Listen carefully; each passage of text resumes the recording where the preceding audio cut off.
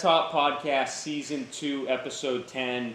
As you can tell, we got a little setup now to film the podcast, so it's going to be new. It's going to be something to fight through, but I think it's going to be a lot of fun. It's going to be cool for you guys. Obviously, we're joined this week by Matt Haeffner with On the Water. Matt, thank you for coming on once again. Yeah. You're a regular on the podcast. We love having you on. We usually do a great job. So. This is the first time we've actually sat down to do a podcast. Both other times we're fishing, so it's a little bit of a change of pace, but it's equally as fun. Yeah, I mean, it's going to be a total change of pace for everyone. I mean, we've never filmed a podcast like this. We're used to just the Instagram this is the first reels. one? Yeah, we've never done a podcast on video like this, so... A lot of pressure. A lot of pressure, I guess. It's a lot of fun setting it up. I'm sure things will change 100 times while we're going along, but welcome to the new studio. It's going to be a lot of fun. And we got Howie behind the cameras here. If you want to poke in, come on, poke in. Howie's running all the clips and stuff for us. He'll also be our editor, so if he does anything wrong, comment below and we'll yell at him for it. Please don't do that. But this week, we're going to focus on some shore fluke fishing and kind of dial in a little bit towards Matt's fishing, because I know in summertime he loves going out and getting the fluke from shore, something I have yet to do, something we have to do at some point. Yeah, we have to do that this summer, for maybe sure. We'll do a YouTube video on that or something. But I guess just starting out, one, what gear are you using? And I guess we'll start there. Yeah, I mean, it's a super lightweight gear. So I talked to Jimmy Fee about this on our podcast earlier this week, and I've always been a fan of the super light tackle for fluke. So I'll find a solid rod and I've used the same one for years now. It's a Fenwick HMG and a Shimano Nasky 3K. And it's a great rod whether you're vertically jigging from the kayak in shallow backwaters, up to probably 20 feet or so. I've used it, maybe 30. But I use the same rod to fish on the flats, and it's just it's a nice setup. It's an affordable setup. I've caught everything on it besides pelagic tuna and stuff like that. But otherwise, it's a great setup. It's super durable. It's affordable and it's lightweight, and that's the main thing I look for, is something that's sensitive when you're fishing 5-6 feet of water for fluke. So. And when you're fishing, I know you said you're fishing the flats. How are you? You put waders on, or you just throw on a bathing suit? What's that approach? I'm going straight bathing suit or swim trunks, whatever you want to call them, and then a pair of shorts if I'm not wearing the bathing trunks, and a shirt like this. Something something to protect you. Yeah, something to just protect you from the sun, because man, that a few hours out there, 2 hours, you can probably see I have the sunglass tan. Yep. It's not going anywhere. You get burned real quick with the, especially with the reflection off the water. So it's mostly wet wading. I'll wait until early June when the water in the backwaters is kind of upper 60s, 70 degrees, and then I'll start to kind of wade some of the spots. I have really only 3 or 4 spots that I know there are fluke. That I'm confident I could catch a couple keepers each outing, and it's a lot of short action and stuff like that. But it's weeding through shorts with a 7-foot rod and 15 15-pound fluoro. Yeah, technically from shore, I guess, but it's wet wading, so it's that's another part of the fun of it, is actually trying to land them when you have no net. It's a lot. I've gone fishing with Andy Nebreski for it, and he's got a net, and I prefer the challenge of trying to land it with my hands. You just try to grab them, dude. They're crazy. I mean, they'll back up on you. They'll thrash. They throw. It's amazing how much water a 15-inch fluke can throw. Oh yeah. It's and that's what makes them so fun. Well, it's also impressive what a fight that a 15-inch fluke can put out. Yeah, on a 7-foot rod. Yeah. I mean, if you're catching 15-inch fluke, from a boat in 40 feet of water with a heavy setup, and you're jigging with heavy bucktails, or you got heavy lead on there and a high-low rig or something, it's kind of boring. But otherwise, it's a great time in the shallow water. And I said it a little bit on our podcast with Jimmy, is fluke will in shallow water pull drag on you, because there's literally nowhere else for them to go. You're not jigging from a kayak or a boat, so they're not going to pull head shake you back down to the bottom. They got to go parallel, so they have to take off across these flats or down the channel, and it's a lot of fun when they pull some drag, man. Yeah. So when you're looking for shorebound fluke spots, you just mentioned flats. Are you always looking for flats, or do you kind of drop offs and we'll fish the edges, or Both. what are you looking for? Both. Yeah. So I a lot of the spots that I target stripers in the back, like back in May and April and stuff like that is where you start to find fluke in June and July, and when the water gets hot and those stripers move out. You're looking for flats that are adjacent to channels. You're looking for deep holes basically that could be on the side of a channel or an eddy basically. Anywhere that bait fish are going to be pushed or corralled through, they're just like bass in that sense. They're advantageous predators, and they are looking to pick stuff off easily. They'll just sit with their head facing into the current and just pick stuff off as it comes by. So you prefer current or still water? You need moving water. You need moving water 100%. Whether you're fluking from a boat or a kayak or from shore, you need moving water. It doesn't matter when you're from shore if it's wind current or tidal current, but you want, honestly, a little of both would be ideal. You need your jig to move, but even so, when you're fishing in 6 feet of water, I would say most of the places, with the exception of 1 or 2 that I fish for fluke up here, you're fishing 5 to 6 feet of water, 10 at most, and you can still get to the bottom with a ½ ounce jig at most. So you just need that thing to be in the strike zone. It's got to be, if you're picturing your jig on the bottom, you want your jig to be swimming up a shelf. Let's say there's a shelf right here. Your jig's going to be moving with the tide, sliding, coming up the shelf, and then your teaser is hanging 12 to 18 inches above it, and that's what's even closer to the bottom. Your jig's basically, I look at it as a vessel for the teaser 90% of the time, unless there's no mung or like seaweed in the water. Fish. Yeah, they love the teaser. I almost never fish for fluke without it. I know a lot of people are starting to do like the single jig jerk shad. There's a guy I wrote about in the recent issue of On the Water who does a lot of that. He also does like jerk baits with like these mega bass jerk baits you guys have on the table. It's crazy the stuff he does. But the single jerk shad seems to be a really good method for weeding out short fish. Excuse me, weeding out short fish and catching some of those bigger fluke. And he'll adapt, like he'll fix them up too. Like he'll stick a spinner blade in the back of it, like a willow blade basically. Really? So you add a little flash to the scented gulp and the action of the jerk shad. It's a lot you can do with it to kind of cater it to what you're looking for. If you're looking to weed out those smaller fish, or if you're just looking to go have fun, it's a teaser. I think I have a couple actually. Yeah. One of these. Say, I'll cut you off quick. Yeah. Going back, it was funny you said that like you need current.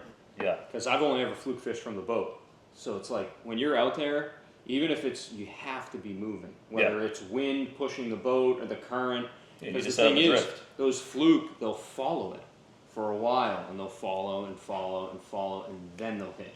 Yeah, or they'll just grab it, and sometimes they'll swim with it, and it'll just be sitting in their mouths. Yeah. So that's why like a super sensitive setup, whether you are from a boat or in shallow, wet wading, is really important, because sometimes like you'll just feel total slack in the line. Other times it's a tiny little bit of weight, and kind of jigging the rod really lightly, almost like you would like a pencil popper, but super delicately, just to give action to the hair on the teaser and a little bit of action to like the gulp mullet tail or the grub or whatever you have on there. Makes a huge difference, and also that's how you feel those really sensitive bites, when they kind of just grab it and don't move. Yeah. So. And obviously, I had you bring some stuff. I grabbed some stuff quick at the shop before we left. I guess just looking at what we have on the table, like what is more of the traditional way of fluke fishing, whether it's from boat or shore?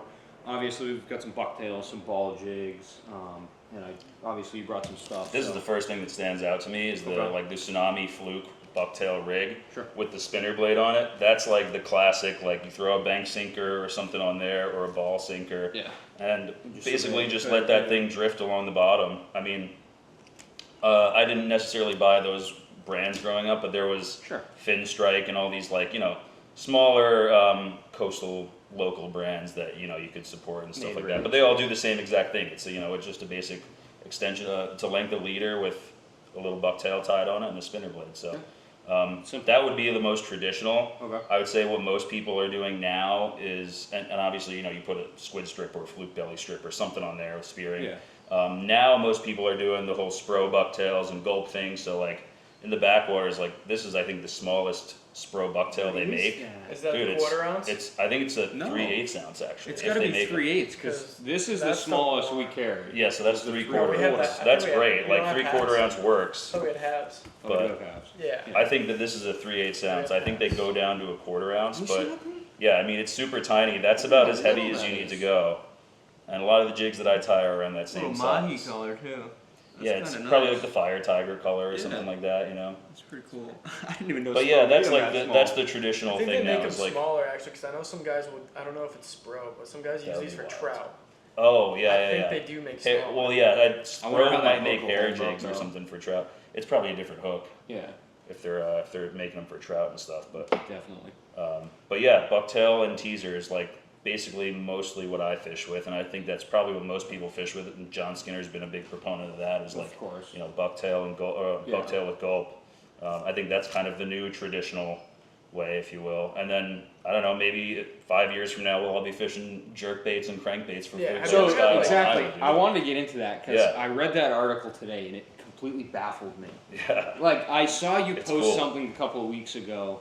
I grabbed the jerkbait quick and I grabbed the rattle trap because I had a feeling if this peanut bunker that'll work too. Yeah. But I guess it's a very untraditional way of fluke fishing. But I guess how does it work and why does it work? Well, so one of the things I touched on in the article a Put little you on bit the is like, spot. no, it's one of the things that if you think about it, like, I don't know if you've ever caught one, but a lot of people, especially where I'm from, down on like the South Shore of Long Island, when they're fishing these minnow plugs, especially if it's a sinking one, Sure. or even a floating one, just over, you know, you're dragging it over a sand flat or something like that. Guys will catch like really big fluke on SP minnows and, you know, things like that. So That's ridiculous. it's kind of just taking that and tweaking it and fine tuning it to make it like, you know, this guy, he basically, Roger I, he goes by Cooking and Fishing on Instagram and YouTube, and he got super into bass fishing, like freshwater bass fishing. And he was like, I love the way that, you know, you can fish a jerkbait, all these different ways. And so he started thinking about like, well, I love fluke fishing. How can I kind of cross these two over? And basically just tweaks his tackle and puts on, you know, heavier duty hooks, because with these thin gauge hooks they're using for largemouth bass, I mean, that thing, a fluke will bend that out in 2 seconds. But you know, it's just another cool way to target them, and he's really dialed that in a lot, and he will tell you all the same things that I was just talking about. Is, you know, find moving water, find a place where there's a lot of forage, It doesn't matter what it is, whether it's peanut bunker or spearing or something like that. But those are the main two key factors. And you know, he's fishing channels as well, where he can work these jerk baits down to like 8 feet if it's a 12-foot channel. Yeah. And same thing with, it's the same reason going back to the teaser, like the strike zone for fluke is not necessarily on the bottom, it's just above the bottom. Yeah. It's the same, it's kind of same with stripers. You know, Like you an want your, ambush. you want your jig gliding all over the bottom, or your teaser to be gliding over the bottom. And Yeah. so he works these things down to the point in the water column where when he's working it back against the slope, it's right on the edge of the slope, kind of like I was describing that teaser before. And that's why, you know, It's they're almost like just a gonna grab largemouth it. approach. Yeah, so It is, that exactly. fluke are obviously just looking straight up, so they'll watch something come right over them. Oh, and they're yeah. like, Yeah. oh, here it is, go get Big it. twitch and pause, and Yeah. then it kind of slowly floats Yeah, up. I mean, give that's them dead. a second to look at it, think about it, and go get Yeah, it. it's We'll get the- exactly like a dead bait fish. We'll get the dog toy mixed in. Yeah, that So little it's fluke. like we're using the, for you guys, this is a Mega Bass X75 jerkbait. I don't want to switch the hooks out if you do plan on going saltwater with this. But I guess, we'll kind of adjust our mic here. I guess what you're looking for is like the fluke will sit here and you almost have, I guess we'll have the fluke sit here. You know, and it'll slope up. The fluke will be here and you're working this jerkbait up to the slope. Well, they'll follow it up the slope, like Yeah. from the bottom. That's what they'll do, and they'll wait till it's like at a point where it's coming up over the edge of the flat almost. Yeah. At least, then and so at they'll least that's follow what it up looks and like just in his whack it. videos. Because, dude, if you watch the guy's videos, like Roger's videos are so cool because it's such a visual style of fishing. That's Sure. what I love about the shallow fluke.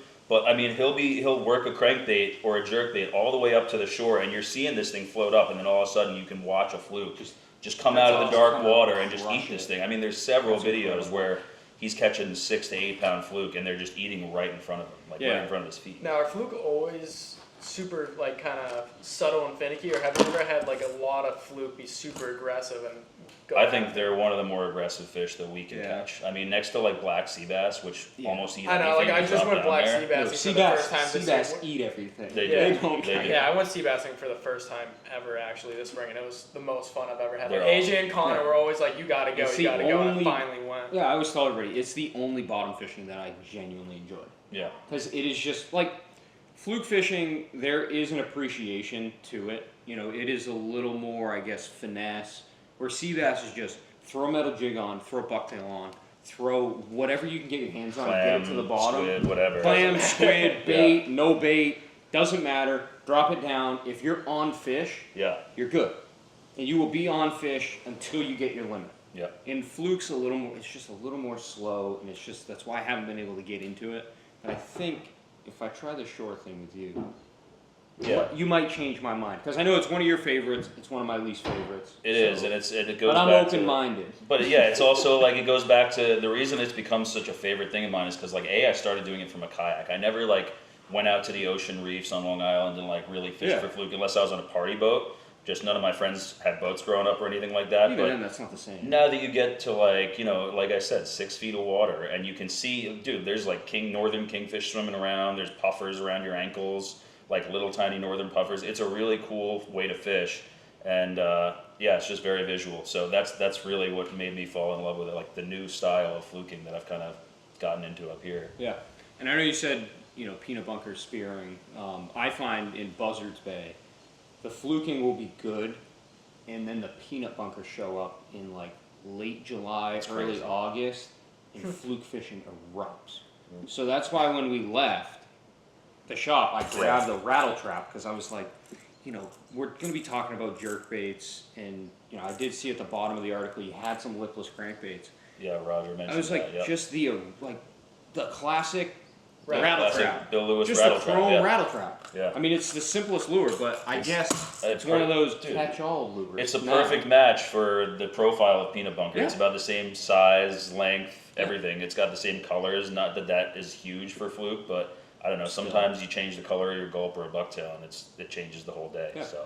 totally. But yeah, it's definitely a peanut bunker bait. And I remember last year when we went down to your boat, down to your slip at one point in the fall, dude. There was guys catching fluke off the docks, and it was like there's just peanut bunker everywhere, and these guys are catching every cast with a little bucktail on the bottom. Yeah, and I mean, my dad does. We'll go out and fish all morning and get back, and he'll grab his rod and just, I'm going to the end of the dock. Yeah, why not? We're like, okay, and he'll go down. He'll come back with an 18, 19-inch fluke. Yeah. And we're like, okay. Yeah. He's like, hey, we got dinner tonight.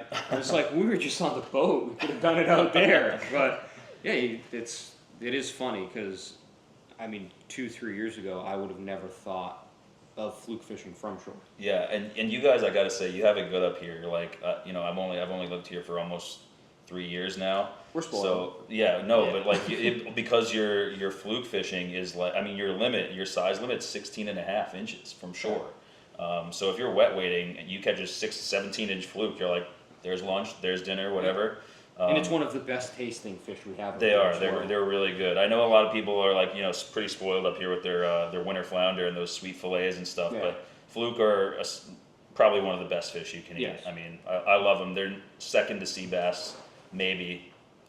I would say winter flounder, sea bass, and then fluke, and obviously tuna are in a league of their own. Fish for my favorite fish. Yeah. I mean, honestly, I don't even like eating tuna. Oh, I really? just catch them, dude. That's ridiculous. Like, ask him. I was out with Joe Baggs a couple of weeks ago. We got one. We gave him what I took. Gave it to his parents. Like, I still have tuna from last year in the freezer. Tuna's great. Like, I don't eat it. Well, you're not gonna eat it now. My sister will eat it. You better not eat it now. So it's If it's just in the Yeah, freezer for for a a year. year. Oh, yeah. Poor actually, tuna. it's a year now. But, yeah, That's it's probably just... gross. But anyway, yeah, fluke are very good eating fish. So, you know, if you catch one, I think there's a bunch of videos on the On the Water YouTube about how to fillet fluke and different recipes that Andy has made and over the years. And yeah, dude, I mean, they're delicious. Totally. And if you want a visual on how to actually fluke fish from shore, if you dig through Matt's Instagram, he's got some GoPro footage of him out there. They're just like fun little clips, basically. Yeah, nothing like crazy. I haven't done the whole like how to. Yeah. I wouldn't call myself like a master of fluke fishing from shore. It's just something it gets me through the summer. I like to do it a lot. It's accessible and it's a lot of fun. So. Yeah. So I guess moving away from fluke a little bit, I know you're a big bucktail man. Yes. You have not only a million spro bucktails, but you have some of the, I guess, Custom. best looking custom bucktails I have ever seen. Well, I didn't make them though. Still. They're from, I got to credit Dead Reckoning Bucktails on Okay. Long Island. A guy named Brennan makes them for me. I order from him at least once a year, Yeah. and I just kind of re-up on, some of the ones I've lost and the rocks and stuff like that. Yeah. But man, they are like the nicest looking bucktails They I look think so I've ever good. seen. Yeah. I always see them in the dash of your truck, and I'm just like, I keep them there for emergencies. You never know when you're going to need like a 1 ounce bucktail. you Yeah. know? That might be all they're hitting some nights. so obviously those, I would assume those are your favorite bucktails to use. Yeah. I like to give him the business every year. Sure. And they just fish super well. Yeah, and not only you're targeting fluke with them, but how versatile are bucktails when it comes to other species? Obviously, we know bottom fish, sea bass, fluke, they'll hit them. But what else are you usually targeting with bucktails? Stripers, sometimes bluefish.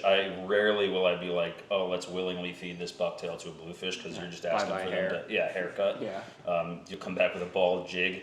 But other than that, I mean, it's basically stripers. I don't really fish for much else besides like stripers and fluke and sea bass and the inshore species and stuff, just because it's what I have access to. But bucktailing in inlets is a big thing back on Long Island. I'm not one, like you guys know, for the lineups like the canal or fishing Shinnecock Inlet when there's 25 guys on either side of me. Yeah. But jigging bucktails in inlets is one of the most effective ways to catch fish of all sizes. It doesn't matter whether it's fluke or stripers. And I just think that they're a lot of fun to fish. That it's one hook. You don't have to deal with trebles. If you can really dial in, and feel like exactly what that jig is doing and how it's swimming over the bottom structure, that's what you need to be able to do to hook into those fish. Yeah. I mean, Connor and I had no idea how to fish a bucktail. Like, I looked at him while we we're fishing one of our spots, and in the middle of the night, it's howling. It's like 25 miles per hour to the face. It's the only thing I was we like, can throw. I was like, how do you work this thing? We're just working, and all of a sudden, I hook a fish, and I'm like, oh, like I I guess got a we're good doing it fish. right. Yeah. I got a real. It 'Cause- was like 20 pounds, and then he's like, Yeah, I don't it know was, what you're doing. I was just like jigging it. He starts was- like bouncing and just Yeah. we start crushing fish. Well, the it rest was of a the night. pretty, It was good. I don't want to say a shallow boulder field. It was probably 15 feet of water, but the boulders are huge. So it's Yeah. like you don't have a lot of water to work a jig through. So I look at him and I throw one on and I'm like, I don't know what I'm doing right now. We had Cast no this thing idea. out. We were using the S&S Smiling Bills. Yeah, those are nice. Fling this thing out, punches the wind. It lands. And I'm just like, I'm using my stall, so it's pretty slow. I just start cranking and just jerking it. I was like, Sometimes I'm that's just- how they respond to it. And it worked. But that was I the mean, we only ended way up- we could actually fish the bucktails that night because the Yeah. bow in our line with the wind, if you Yeah, weren't it's reeling the fast, only thing you you weren't can punch able through to the do wind. it. It's maybe that and needlefish, and that's about Even it. the red eye Even- needles yeah. we're You'd kinda- dragging. Yeah.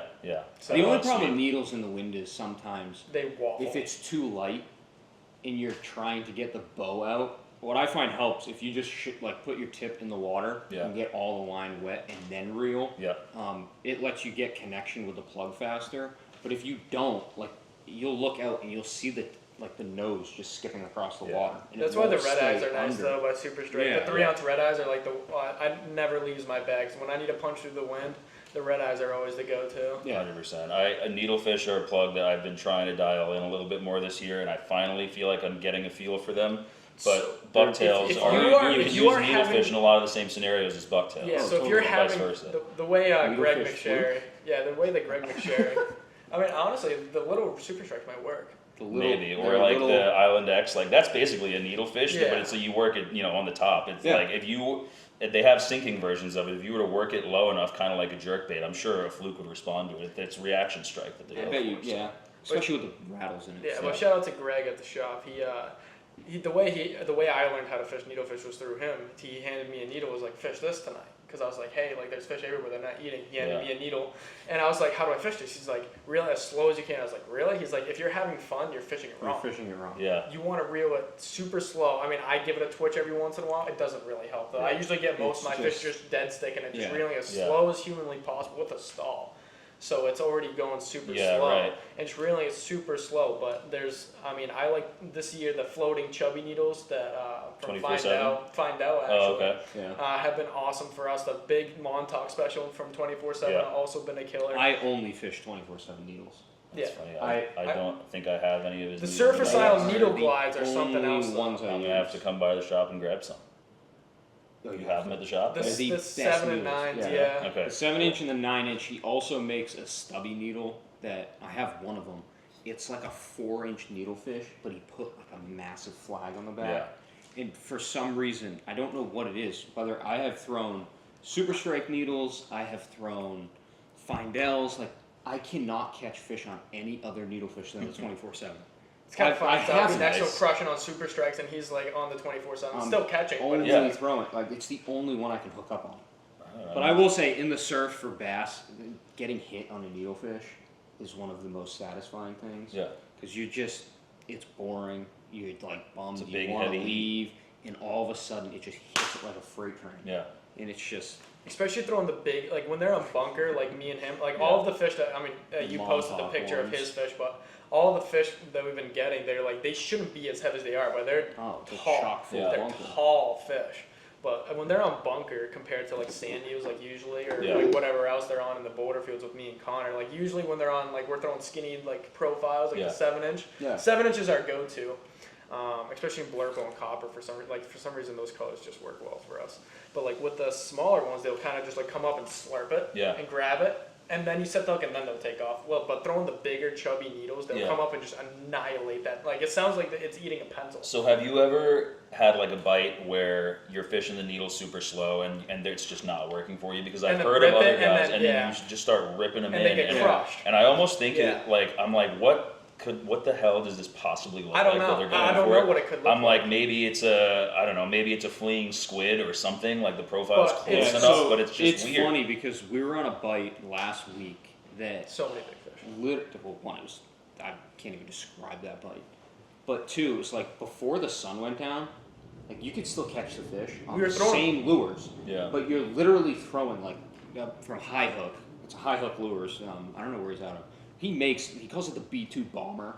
It's Okay. a 14-inch It's a needlefish. 14-inch needlefish. That's stupid. So it has one belly hook and one tail hook. And we're Yeah. throwing these things and you're screaming them across the top. Yeah. Reeling You're as fast getting as you can. cranked. Really? Yeah.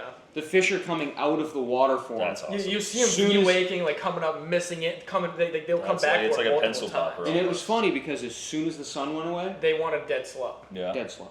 Same lure. Interesting. Like It we was were weird. working big soft plastics too, like pencils. Like we were literally working big soft plastic like Yeah. pencils, Ripping just across watching the them top. That's so splash, and wild. they're just getting annihilated. That's But fun. before we get too far off topic, because we already did, I know. Yes. Fluke. I'm gonna roll it back in. Not even fluke, just bucktails. Yeah. Obviously, we talked about how we were fishing bucktails. What kind of, obviously we're fishing like super shallow boulder fields. Like if you're targeting bass, like are you looking for that structure? Are you fishing the outer edges of it? Like obviously when you're throwing a bucktail, you're more likely to get snagged. So Yeah. how do you avoid that when you're fishing the surf? So actually, Can it's you good. avoid Yeah, it? you can 100%. I wrote an article about it. I think when I first started it on the water, I think it's just called Bucktails in Boulder Fields, and it's basically about like how I was just snagging bucktails left and right. But you go on YouTube and you see people catching with like it's their job with bucktails. Guys like John Skinner. And so I started reading up on those books and found out basically that you can always go lighter. Like everybody's problem when they're throwing bucktails is they think they need a super heavy bucktail. Just go start with literally a half ounce and go to places where you know the structure pretty well. And if Sure. we're talking like permanent structure like boulder fields and stuff like that, go there at the lowest tide and kind of fish there at the lowest tide so you start to understand where there's like deep Scope cuts it out. between Yeah. boulders and things like that. Or you might see a boulder, like a giant boulder that on a high moon tide is totally covered.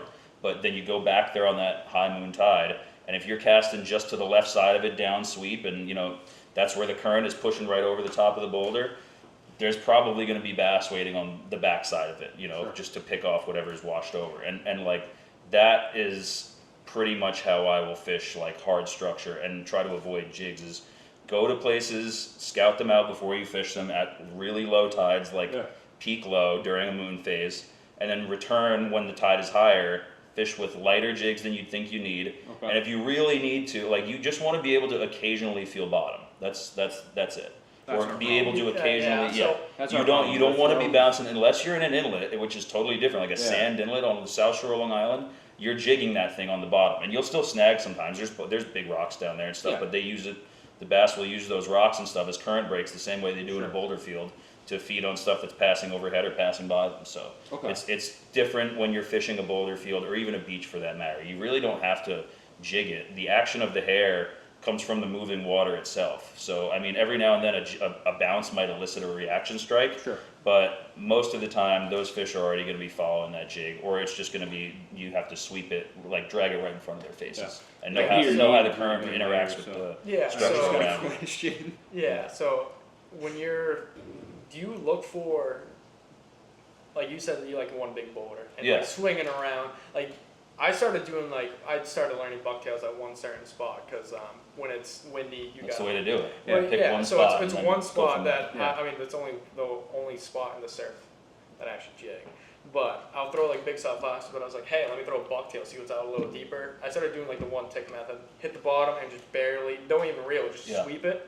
And I found a different cutout deeper, but it's nice knowing that even with a lighter bucktail, you can stay close. As long as you keep like just enough tension, you can kind of sweep it. Exactly. Yeah. Yeah. But I almost like you were saying for Fluke, just barely moving it. I'm just letting it like slowly lifting and dropping it, so it's just staying close to the bottom. But Yeah, a lot of people, they see guys fishing places like, Shinnecock Inlet on Long Island, and they think that they need like A this huge- super crazy, like, I mean, they're jigging The 4 or canal 5 jig. ounce The bucktails canal in jig, places like yeah. that at times, depending on what the current's doing. So Gotta like, give 'em the they think canal they, jig. literally need to like use their whole arm to like jig it back. It's like, no, dude, like literally, if you got your rod and reel in your hand, just little boop every now and then, just to keep it off the bottom, free of snags, things like that. Okay. And yeah, that's a great point you made. Is just going to like one spot and really trying to like Learning figure it, out yeah. how your bucktail works and how it relates to current and structure in that area, and then taking what you've learned there and applying it to other yeah, places. it kind of sucks. I mean, I would love to fish bucktails more. Like they never leave my bag, but the places that Connor and I fish, You it's never like, have. You never don't have one of You gotta- something. in dude, your- you I gotta always keep have them. everything. You have to, just in case, you got to keep them in your bag. See, like Connor will bring like he's I a bring like minimalist, four. I'm a Yeah. 4-plug man. and then If I can throw 80 casts, I throw 20 casts a plug.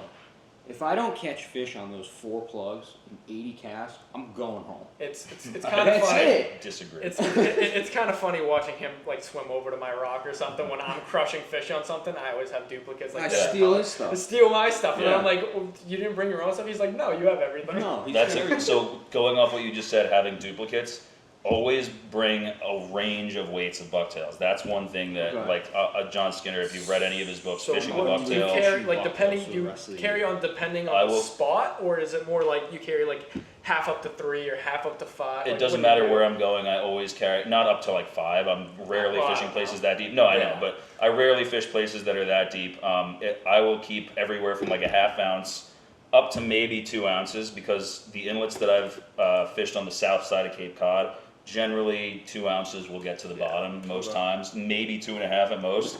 But also the way you can play around with that is like, I can have an 1.5 ounce jig instead of a 2 ounce jig, and it's just more sparsely tied than Yeah. the XL tails that I'm getting Sure. from Brendan at Dead Reckoning. You Yeah. know, like he ties very full bucktails with heavy hackle. I request them that way because I like the long tail and the bigger profile. It weeds Okay. out the smaller fish, but less hair, because deer hair is hollow and buoyant and stuff like that, which I actually didn't know till a few years ago. No, I didn't know Less that until hair, this second. Less hair makes the sink rate, affects the sink rate. So the more hair you add, the slower your jig is going to sink. And if you add a jig trailer, like a gulp especially, or even a fat cow jig strip, like that's going to affect the sink rate. So Yeah. keeping that stuff Or in gulp. mind, yeah, or gulp, We're gonna doesn't gulp. matter what it is. Now the most important question: when you're fishing in the surf with bucktails, are you fishing with pork or are you fishing raw? What do you mean raw? Like with no No, trailer? no. Just the bucktail. I have Uncle Josh, like the new sea rind, Okay. like, and I always keep in my bag, I keep one of those and I keep one fat cow jig strip pack. And I usually mix the colors of the fat cow ones just because they're both scented, they have different actions, they affect your jig in different ways. They the fat cow ones for the most part are like a much thinner profile. Okay. And the Uncle Josh are pretty, pretty thick. thick, Yeah, they're yeah. pretty thick. They will definitely slow the rate of your jig dropping, as opposed to like a fat cow where it's not going to impede, on the buoyancy that much. So I don't have a I don't have a real preference when I'm fishing the XL tails from Brennan at Dead Reckoning. I don't put a jig strip on there because he It's already so ties it good. with such a Yeah, crazy it's so hackle cool, that it yeah. look like it basically got the tail for you already. Sure. So, yeah, I don't have Actually, I don't have a didn't major know that, preference like, honestly. the hair and stuff and the jig strip will actually affect the sink rate. Oh, Yeah. I'm sure it's I mean, I'm sure it's just like plugs. If you ever drop a piece I of mean, you gulp in the can- water, it doesn't sink. It doesn't sink super fast like a rock, but it also isn't buoyant. Like it doesn't It flow. almost like suspends. It kind of for a like while. slowly just like drifts. Yeah, Yeah. it's very strange. So if you think about what that does to your bucktail jig, then that'll help you with selecting trailers and stuff in the surf. Sure. Yeah. It's interesting. Well, I guess speaking of the surf, how's the past couple months been? We haven't fished together. You've been a busy man. I know. I've been very busy. I got engaged on June Oh. 1st, which is crazy. Congrats. on that. Thanks. I've been trying to make time to go fishing whenever I possibly can. And it's also just other things, like I've had a lot of people coming and going to and from the Cape, family, friends, things like that. So it's been taking away from fishing time a little bit, but I've still made plenty of time to get out. It's just been a really tough go in the surf. And mostly probably because, like I said, I've been coming and going a lot from Cape and having a lot of company, so I haven't really been like dialed into one bite or super focused on it. But a lot of the places where I was catching bass this time last year are like dried up. Yeah, I finally. It seems like there's like these days there's Yeah. like 2 or 3 concentrations of fish across most of the coast. Yeah. Like right now there's a lot of them off the South Shore in Boston. There's a lot of them in the Long Island Sound and the eastern Long Island Sound. Block. And and Block Yeah. Island, and I'm sure there's plenty of fish up in Maine too, but like there's a lot of dry areas between there that are, I know people are struggling like across all the states. It's not And I just know like Cape Cod. everyone's heard it this year. Whether you've come in the shop or just talked to your buddies, like this is a weird year. Yeah, it's a little The daunting spring just run knowing wasn't what. really a thing. Like we didn't have a push of fish in the canal. Jersey will tell you it was a tough spring run. Yeah. Like they had a huge lack of bunker until late in the year, when honestly most of the fish have started to kind of move on from them. Yeah. And then they're kind of like, well, now we got all these bunker, but we don't really have the bass that are on. So, Yeah, it'll be interesting to see. That's kind of what happened in Buzzards Bay too. I mean, we had Yeah. fish for 2-3 weeks, and then no bunker, and then all of a sudden we had no fish, and there's schools of bunker everywhere Yeah. still. So I'm picking away. Hopefully- I'm finding fish here. If you can find, hopefully the bunker, fall's better. you will but- find the fish. Like I honestly, I've been so desperate for fish that I was literally fishing every night. You can ask Connor. I was like, hey, you want to go? He's like, no, because we're gonna skunk. I was like, all right, fine, I'll go by myself. Yeah. I was going almost It breaks every your single spirit. night. It does. Yeah. But I was like, I have nothing to lose. keep I my got- spirits up. Yeah. I had nothing And, to I lose, know. so I was like, you know what, I'm gonna go. And then I finally landed on a bite, and I called Connor the next day. I was like, yeah, you gotta come out here. After that bite, I looked at him and I went, one, this spot sucks. Because it does. Getting to it's so much work. It's terrible. Getting back is the worst because you're exhausted from the way out. You're exhausted from fishing, and now it's 1 a.m. and you got to, get back to the car. It's Yeah. going to take you 2 hours.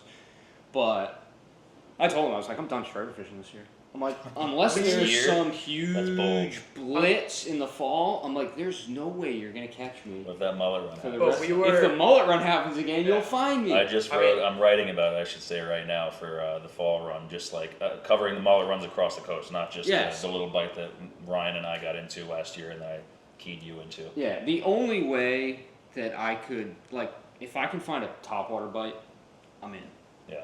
If I have to go out and sit on a rock till 2 a.m., after that bite I just can't do it because I know in the back of my head I'm going to be sitting there like, this is nothing like the bite we were on last time. I will say I did find a lot more topwater fish this spring Yes. on like pencils Yep. and stuff than I did last spring. Which is So something that was we've fun. worked on as well, kind of fishing the beach spots that, During the we day. fish at night but in the Yeah. morning. Yeah. Because we've noticed, I did a lot of morning fishing, Yeah. which I never do. Yeah. Like I never used I to mean, do it. We've it's noticed- funny 'cause I would be fishing all night long. Like, I'll catch fish. Like, I Yeah. didn't do excellent until that one bite. And And then I was I'd picking go up in the 20, morning 30. and just I was getting like clock 20 like a pound fish, 35 and then pound fish. yeah, and then first light would come up. I'm still on my rock. He comes up and he's like, "Hey, buddy." I was like, "Hey," and then we Makes put on a second pencils. cast. Yeah, yeah. His second cast he's on, and I've been throwing plugs for Yeah.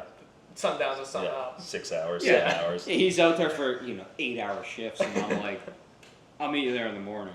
He's like, what do you mean? He'll go and I think it was one night you had fished and then you went home, you skunked, and I went out there at like 4:30, and I was sending him pictures of fish at like 5:15 I was so on the pissed when I woke same up. on the same rock he was standing on. And I'm like, you God. should have just come here in the morning. That would dude." drive me nuts. Oh yeah, it's been funny, It happens. but I guess the Falmouth. I mean, I guess it's just the Falmouth struggle. Well, I'm not really fishing in Falmouth anymore. Like this time of year, It's just too warm. Hardly Falmouth fish wasn't in good Falmouth. this year for me though. No. It's the water's too warm. There's a lot of brown sharks around, Which is great. which is great for you guys. I know you guys love your sharking and We're stuff, gonna get but you like, up there. yeah, I'd love to go sharking, but I'd rather be catching stripers personally than We got sharks. 2 last night. Yeah. Yeah, we got 2 Good last size. night. You guys got that one that was a good size a Oh, couple that weeks was- ago. yeah. 4 up my leg. That was probably That's 150 crazy. pounder. That one Yeah. last night, that was mine. That Yeah. was like, I don't know, probably 80, 100 pounds. Ripped Yeah, him we'll up a get little out bit. there. We'll get out there. But Yeah. yeah, the striper fishing, I'm not in Vineyard Sound or what.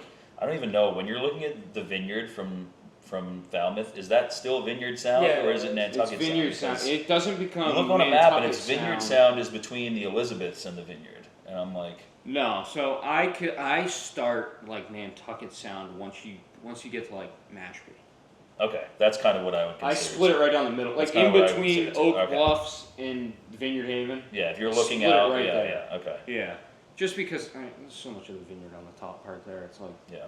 there's no way it's from. No, the I was just, Elizabeths. I only asked because I was reading Yeah. this, I'm reading this book right now called Blues by John Hersey, I think. Okay. And it's a great book so far, but there's a map in it that's like, yeah, it shows Vineyard Sound and the Elizabeths, and it shows Vineyard Sound as being the space between the Elizabeths and Martha's Vineyard. So that's the only reason I was curious. It just came to my mind while we were talking about how Well, hot the water is out there right now. it is. Yeah. But this was fun. I mean, this was all new. Yeah, this is fun. Yeah. I like it a lot. I know we're not focusing on the cameras at I all. like it a lot. You guys got a nice little stew in How here. we'll work his magic. We got a nice little studio. It'll change a little bit. We'll get a different tablecloth instead of stealing Ian's from his house 5 minutes before we closed work. I kicked Ian out. I was like, go get the red tablecloth. It was on his dining room table, so we stole that.